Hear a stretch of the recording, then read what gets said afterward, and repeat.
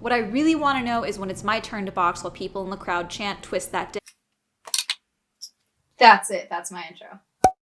Hi, I'm Amanda, you're watching Swell Entertainment, and sorry for my lack of makeup and the lighting and the green couch location. I just got back from Tampa, Florida for Creator Clash, the latest in content creator boxing. I feel like saying YouTube boxing isn't doing it justice, but I think for the most part, pretty much everyone that boxed in this event was a YouTuber. Creator Clash took place this past weekend in Tampa, Florida at Yuengling Center. This event was actually organized and put on by iDubbbz in part with his wife Anissa, and it's my understanding that this event was really conceptualized and brought about in response to the YouTube boxing craze, but more specifically the Social Gloves event, the Battle of the Platforms event that happened last year that I also went to. There are some comparisons I do want to make between Battle of the Platforms and Creator Clash, because that's one, the last event I went to, that was a boxing match for the creator space. I just think it really kind of puts into perspective how this whole event went this past weekend. So for those of you that aren't familiar with the Battle of the Platforms Social Gloves event, the main fight was between Bryce Hall and Austin McBroom, and the whole thing with Battle of the Platforms was that it was TikTokers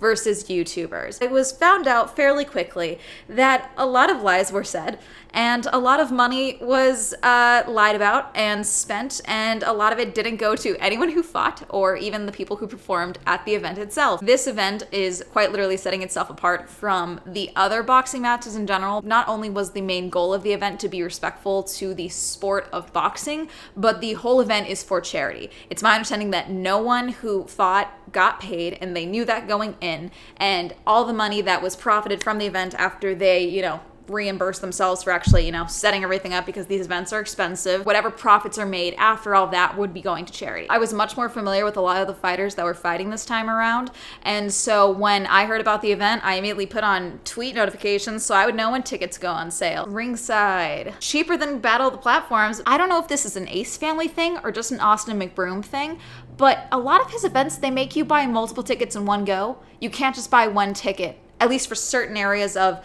the Battle of the Platforms fight, where we were trying to get seats, I had to buy 4 full tickets, which originally I was going to go by myself to that one as well. This event, I was able to buy a single ticket, so that worked out. For anyone wondering how I go about these events, like attending these events and planning out my overall strategy with reviewing these events, I really don't plan much other than get my ass there and figure out the rest later. I saw one that said seat number 1, and I was like, that's probably good to be on the end since I'm gonna be, getting up and down to film and stuff like that. So I didn't consider the fact that I am also 5'2", so quite a bit of my footage is obfuscated by this pillar of the ring. Not much I could do about that. My seat was also right next to the walkway where the entrance was for the ring, so I got every single walkout for every single fighter. First out, Matt Watson, carrying an inflatable with Dad's face on it. He ended up stomping on this a little further up. Then we have his opponent Dad coming out with the energy of a toddler that you just gave too much candy that you're gonna regret later. I like how in this footage you can literally see me doing a double take when I realized that one of his entourage is carrying a Matt corner body bag. This fight was fast and brutal. Matt actually came out later to that area and was talking to some people around me and was saying that he told them he could keep going, and it does look like he is annoyed that they're cutting things off. So I'm assuming the refs thought all of the fights were gonna be this intense, but who knows.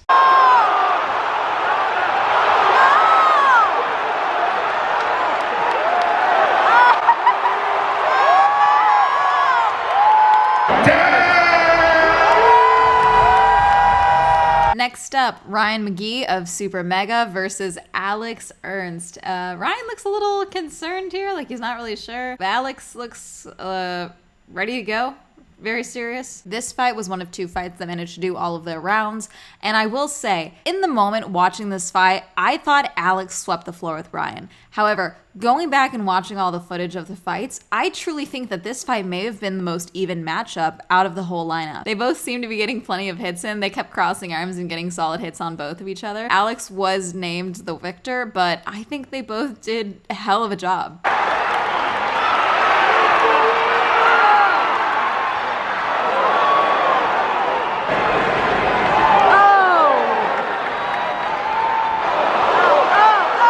Clip of the ref vibing to the music playing between rounds that I thought was good.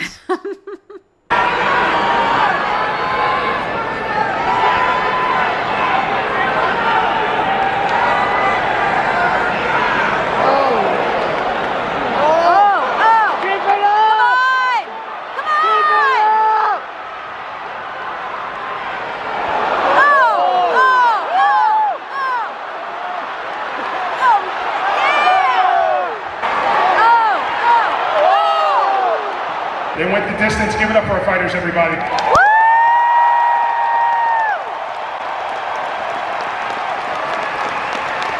By unanimous decision, Alex Ernst. Apparently, Dad still had energy after his fight because he ran out and started screwing around in the crowd. Next up, we have Eric of Internet Comment Etiquette and DJ Welsh of Animators vs. Games. I didn't film a whole lot of this fight because my battery died and I had to switch it out. But I will say, DJ Welsh fucking killed it. Really good fight. I was not expecting this. I really was not familiar with either of these guys, to be honest. Come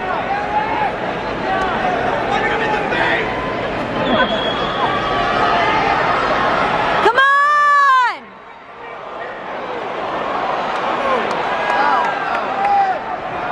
The winner by TKO, DJ Welsh. Next fighter is I Did a Thing, coming out with a full choreographed dance number with him and his entourage. I can't play the music for this clip, but I really just want you to see this, so I'm just gonna let this play for a second.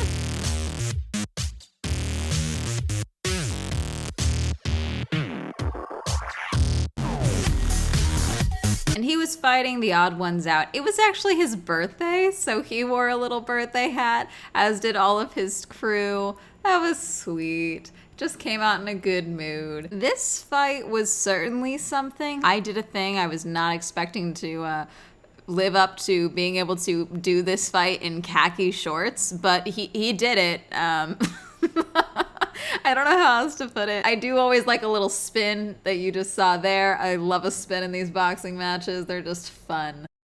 But yeah, no, this fight was mostly just brutal. I don't know if I Did a Thing trained with actual kangaroos. He is Australian, but that was the vibe I was getting.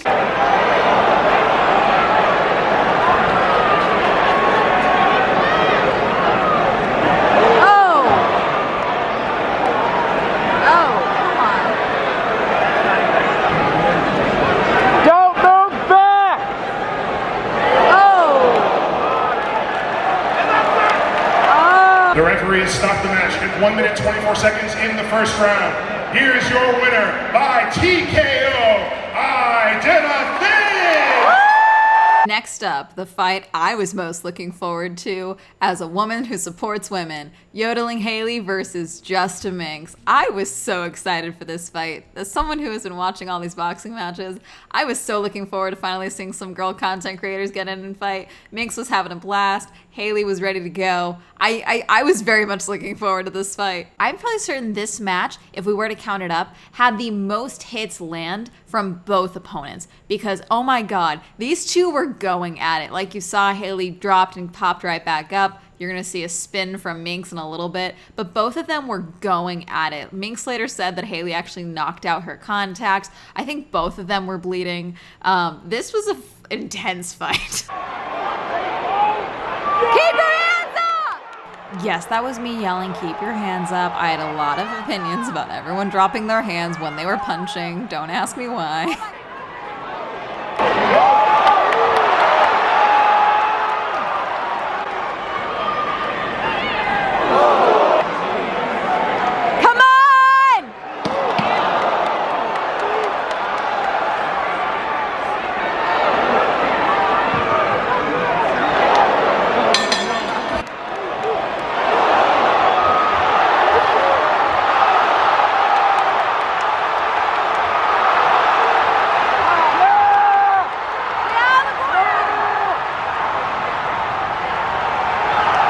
The referee has stopped the match with 50 seconds left in round 4. Here is your winner by TKO, JustaMinx.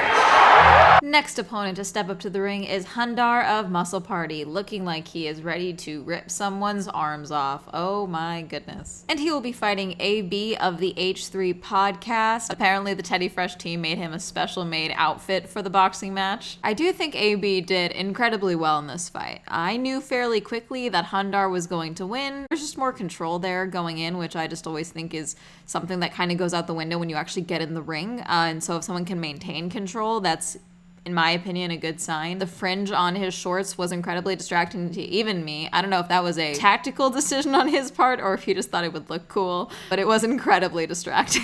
It ain't a staring contest!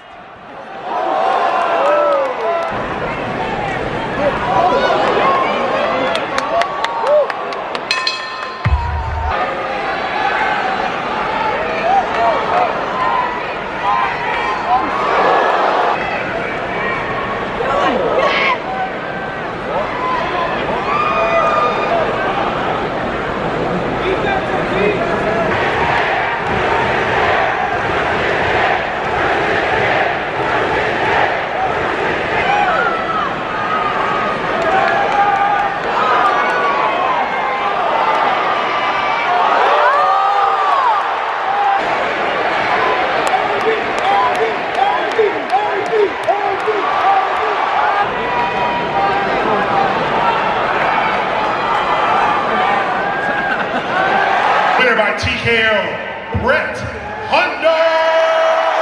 Next up, we have Graham Stephan, finance YouTuber wearing invest shorts, fighting Michael Reeves, chaotic machinist. Now, there has been some back and forth on this fight. Michael and Graham are both about the same height, but Michael is a few years younger than Graham, so some people tried to say that that gave him the advantage. I think at least for the first round, they both had pretty good movement. They were both doing pretty well, staying on the balls of their feet, moving around quickly, not really letting the other get a full-on shot in. You see here, Graham's getting a few good ones in. I don't know, I felt like this was pretty even.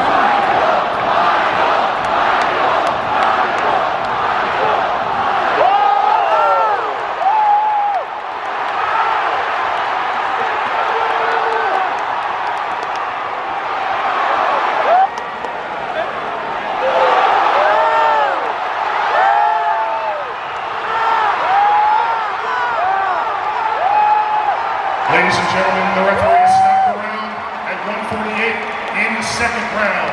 Here's your winner by TKO, Michael! We have Aaron of the Game Grumps. His shorts also said "the one who wins" on the back of them. And we have Harley of Epic Mealtime, who said his getup was inspired by being a final boss, and came out with a cigar and he handed it to the guy next to me. Show your nipples! Show your nipples! Show them, boss, Harley! Okay, so I'm 5'2", so everyone looks big to me, but I met Harley the night before the fight, and he's just a really big dude, so the fact that Aaron was able to hold his own for as long as he did, I think is very impressive, because that's terrifying, frankly.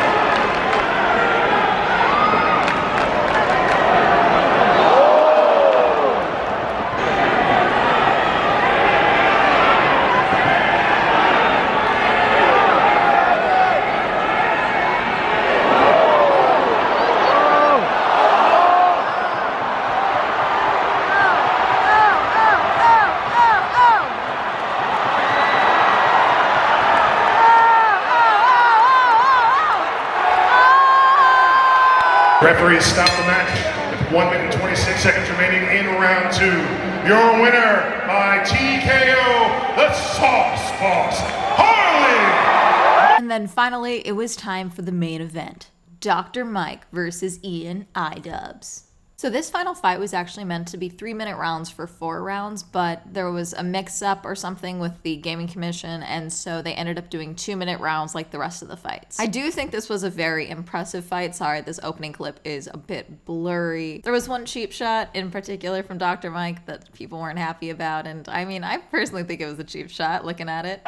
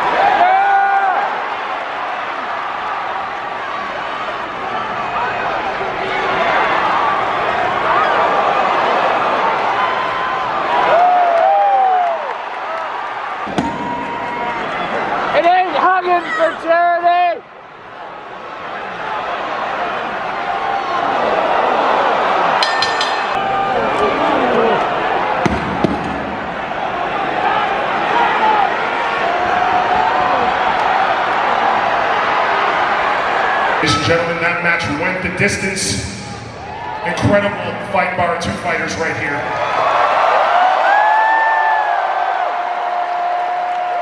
The judges have scored the main event as follows. Brandon Jackson scores 50 to 45. Michael Ross scores 50 to 45. And Tito Wilgo scores 49-46. To the winner by unanimous decision, Dr. I'm gonna be honest with the way that this event was being marketed. I was expecting a slap fight. I was expecting at least two of these guys to get up there and start doing a thumb war. I do think that marketing for this event could have been kicked up several notches. Specifically, I think they needed to require every participant that was boxing some form of deliverables on the amount of content they were doing. I know they're already committing to doing training and getting ready to box, but when you have something like this where they are participating for charity, I don't think it's out of line to ask, we need you to do at least one video on your main social media promoting the fact that you are fighting 2 months before the event and then 1 month before the event or a week before the event or something like that. That way, people who want to buy tickets and want to actually go to the event have the chance to be involved and be aware of, oh, this person is fighting, I want to go. Or they're raising awareness for the digital options for the live streaming. It became very apparent who had and who had not promoted this on their main social media or promoted it very minimally on their auxiliary extra non-main sources of social media when the chanting in the actual audience is going on. Now, obviously, some creators are bigger than others. Some people are more well-known than others. Some people just have a different type of fan base. More feral, let's go with that. That sounds bad, but I don't know how else to explain it. Dedicated just doesn't sound right. Feral is the only word I can think of. I do think if you have promotional deliverables built into committing to the event itself, you would get a much more even crowd split for who's rooting for who with the boxing, not just on the live stream itself, but actually at the event. Back to my earlier point about expecting a thumb war, I think that part of what worked with the Battle of the Platforms was already the built-in rivalry of YouTube versus TikTok. That alone people were interested to see because it's like, okay, I don't like these two people and now they're gonna fight. Sounds cool, sign me up. Where's the link? You know, drop the addy. With this event, the rivalry wasn't really there. Everyone was chill, everyone was cool, which I don't think is a problem, but I think for actually trying to build hype for an event, part of what people like about boxing and just fighting sports, that's so not the word. Anything to do with fighting or public matches in any form. People like rooting for who they like, but they also like to see that there is a legitimate source of drama, a legitimate source of rivalry. Like, I kind of want to know the storyline of why you're going to punch this dude in the face, you know? And so, though this was all for charity and all for a good cause, I don't think it was necessary to not have that. I understand that it was kind of there during, in good fun for a lot of the promotional bits, like some people were doing joking bits and all of that. But I do think that a lot of people were just really chummy with each other if they interacted at all leading up to the fight. It just gave me the vibe of like, am I even gonna see these people actually fight? Like, are they gonna try? I will say, 100%, I was wrong. I was genuinely impressed with the physical skill that every single fighter demonstrated. Like, I knew everyone was training, but I can honestly say I don't think anyone held back. Like, watching this fight, I don't know how it came across on the live stream. I have yet to watch it. My dad watched it. He has opinions. Being in the crowd watching this, everyone was involved. And I just really want to give it up for everyone who fought because I was genuinely impressed with just the dedication and the force that everyone went on this fight. I also want to shout out specifically, highlight Hayley and Minx. I was genuinely looking forward to this fight, partially because girl power, women supporting women. Also, I'm a female content creator who wants to fight really bad. I think if we would count it, I'm fairly certain their fight had the most hits landed overall. Those two were going at it. An incredible fight from both ladies. Congratulations. The one last thing that I want to say in comparison to be Battle of the Platforms and Creator Clash, and I think this one is important because Battle of the Platforms was and was always meant to be a spectacle. It was content creators from TikTok and YouTube duking it out for supremacy, interspersed with various musical artists. A lot of people weren't really fans of more than one person or really anyone fighting. They were going because they knew it was going to be insane. They knew it was going to be a spectacle because of the nature of how it was being marketed.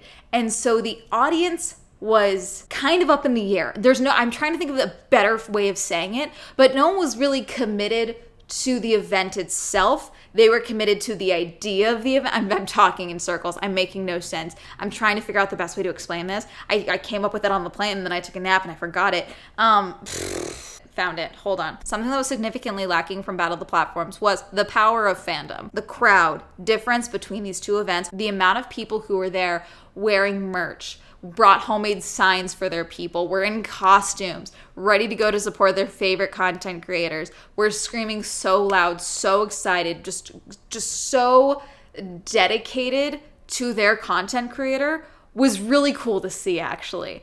And so the vibes all around, like, yeah, people want... Sorry, I just had this recovered memory of someone screaming, send him back to the podcast when AB was fighting. Hey, send his ass back to the podcast! Someone behind me yelled that very loud.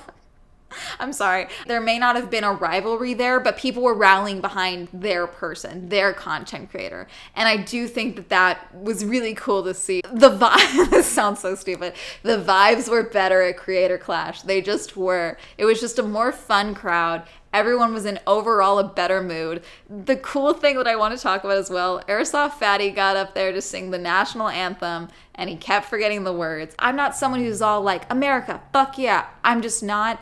But it was really cool to see this moment where they were singing the national anthem and Airsoft Fatty kept forgetting the words and restarting, and everyone was singing along with him and then kept it going, and then everyone was whipping out their phone lights, and it was just a really cool moment, and I liked it a lot, okay? I'm a sucker for movie moments, and that felt like one to me. Everyone seems very excited for the next Creator Clash 2, coming to you soon, probably. I don't know. Just saying, if you want to see me on the lineup card, I really want to fight someone. Hi, are you a female content creator who wants to fight someone? I'm 5'2", capable of being a goblin when I need to be, and I wear glasses. But I hate wearing contacts, and obviously I can't wear glasses when I fight you, so you don't have to feel bad about punching someone with glasses. But it doesn't matter if I'm fighting at a fourth of my natural vision. I just need to see shapes to kick your ass. Okay, there.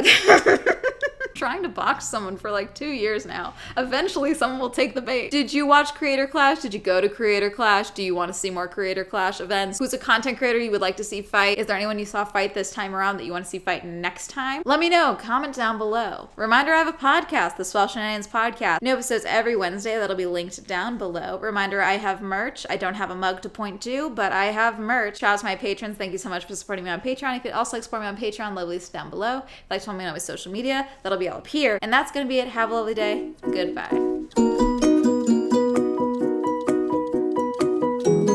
Trade offer. You give me boxing match, I give you a completed paint by numbers I painted. Thank you, Audrey, Alan, Cameron, Christopher, Chris, Cody, Crash PC, China, Devin, Dirty and Dawn, Elliot, Evan, Feckles, Hopeless Incognito, Jekka Ray, Joe, John M, Jordan, Joseph, Kenny, Kim, Kristen, Lamb, Lex, Lisa, Luis, Matt, Matt O, Matthew S, Meme Lord, Michael, Jane, Nika, Nathan, Nathaniel, Pat, Penn, Richard, Rob, Red, Robert, Ross, Sam, Serena, Skylar, Simon, Tasha, Timmy, Tom, Wendy, William, Winters, Andrews, Wink.